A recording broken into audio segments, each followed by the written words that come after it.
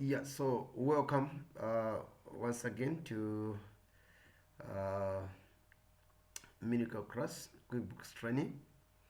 Right now, I want to show you how you can create a supplier in the system in QuickBooks Desktop. Okay, so in QuickBooks Desktop, you will not find the word as supplier. In QuickBooks, they use the word vendors.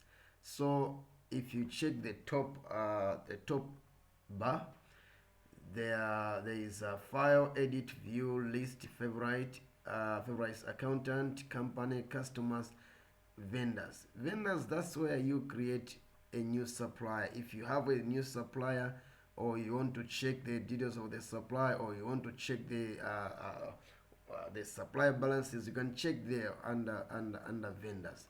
So our interest is to create the new supplier or new vendor. So we'll click on vendors.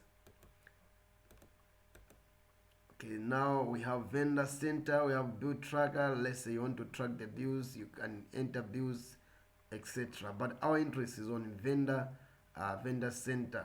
Okay, so if we click vendor center, it will give us a new window where we can create a new supplier or new vendor. So as you can see now, we have a new window, written vendor center. So you can see here on this bar there is new vendor, new transaction, print, Excel.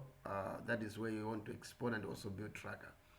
So if you click new vendor, there is new vendor and add multiple vendors. If let's say there are a lot of supplier that you want to add into the system, you can click multiple vendors, add multiple vendors. But in this case, we want just to demonstrate creating one supplier in the system in QuickBooks Desktop.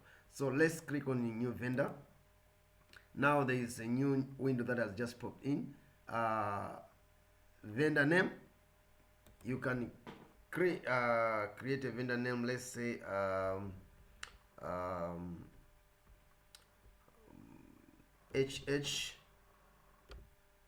HH Consultants.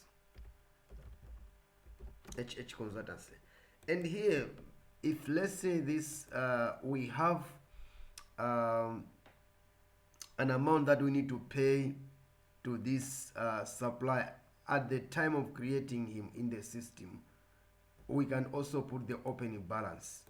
In other words, if we have a balance with him, we can put an opening balance, and also the date for the time that you are creating this supplier in the system. But in this case, this is a new supplier, then there is no any opening balance.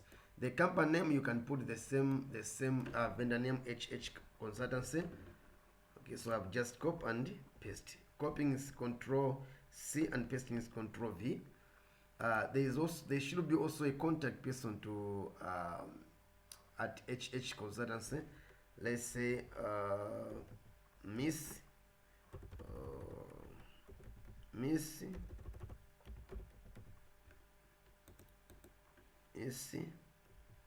Dorica,